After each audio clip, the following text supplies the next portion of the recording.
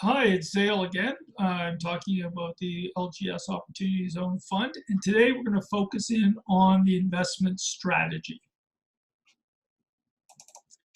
So, a high-level view of the fund. First of all, it's a Reg D 506 offering. This is not an offering memorandum or an offering circular or prospectus and should not be treated as offering material of any sort, and is for information purposes only. An offering will only be made through a private placement memorandum and available to certified accredited investors only. Okay, so let's talk a little bit about the fund. It's designed for opportunity zone investors. Obviously, you know who you are. If you don't, you should. And if you have large amounts of capital gains, you should check into it. I'm not going to teach you about opportunity zone funds here. But generally, the fund will be a 10-year hold. There will be income on an annual basis for the limited partnership, and then the whole fund will close in the 11th year.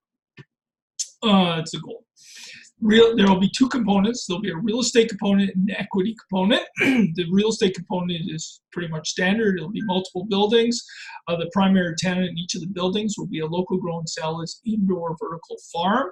And the return should be about 6.8% cash on cash on an annual basis, and that's what we're setting as our hurdle rate. The second component, which is much more exciting, is the qualified opportunity zone business, which will be the indoor vertical farm. The fund will own 100% of each of the farms.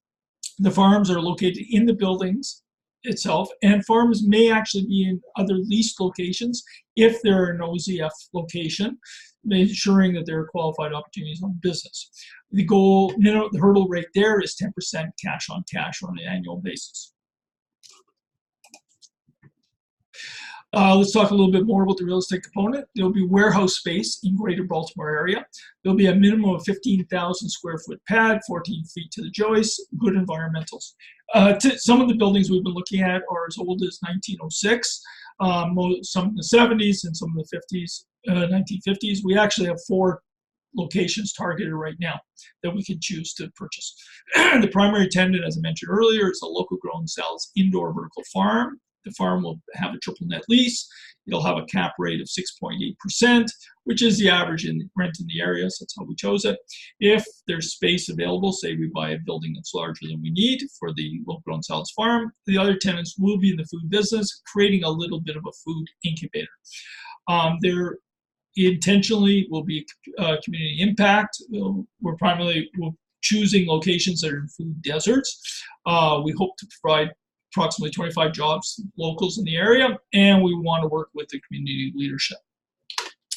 Let's talk a little bit about the farm itself. It'll be selling ready-to-eat salads, which is a $4 billion retail business. 85% of Americans buy them. You're probably familiar with them. You open up the bag, you dump it into the thing, you put some salad dressing on. The visual here can be seen in any modern supermarket and any smaller one. Our customers we're targeting are retailers, restaurants, and food service companies, and direct customers like schools, hospitals, and prepared meal providers. We will be selling on volume to these people. For the smaller restaurants, we'll go through distribution to the food service companies. Technology, the LGS farm is a controlled environment with the highest levels of food quality and food safety. All products are organic, free of pesticides, herbicides, and GMOs. In a later slide, in this set of slides, we're going to go through a little bit about our technology, and in other slides we'll go a lot more into the details about the products. We have 25 ready-to-eat salad recipes. We're going to be selling, they're composed of herbs, which are basil, arugula, dill, sorrel, many more, leafy greens, lettuce, kale, spinaches, and there's vegetables, peas, tomatoes, beans, eggplants. Tomatoes, we're talking about cherry tomato, grape-sized tomatoes, not those big beefsteak. You can go out to our website and see some pictures taken from our growing. There is one of our grow units. It's about 8 feet long, 8 feet high, and takes about 3 feet wide, which takes up about 40 square feet. In that picture, you can see it was a test picture. You can see a herb in the first, and then you have some kale in the second, and then finally some arugula at the third, moving towards front to the back. One of these grow units is actually the equivalent of an acre of land in one 1 year. Yes. So 40 square feet will grow an acre of land in 1 year. It looks hydroponic, but it's actually soil-based. We use our own engineered soil under. I don't go dig it up in my backyard. We've grown some 40 greens, herbs, and vegetables, as we mentioned earlier. You can see pics on our website. The secret sauce of the business is the high density of plants, which means for every dollar of essentially electricity we produce a huge amount of volume of plants. The technology is patent pending in the United States and in Canada.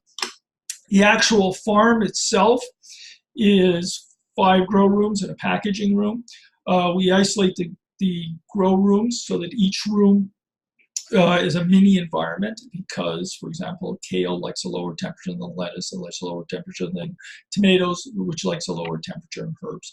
The whole package together allows us to grow these things that naturally don't grow together. We can now grow them together. We can clean them, mix them, and package them and sell them into the marketplace. And that's a quick summary of our investment strategy.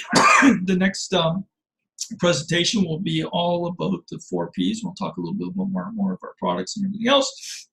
Feel free to leave questions, comments in the description below, or direct message me if you want any more detail. Thanks. Bye for now.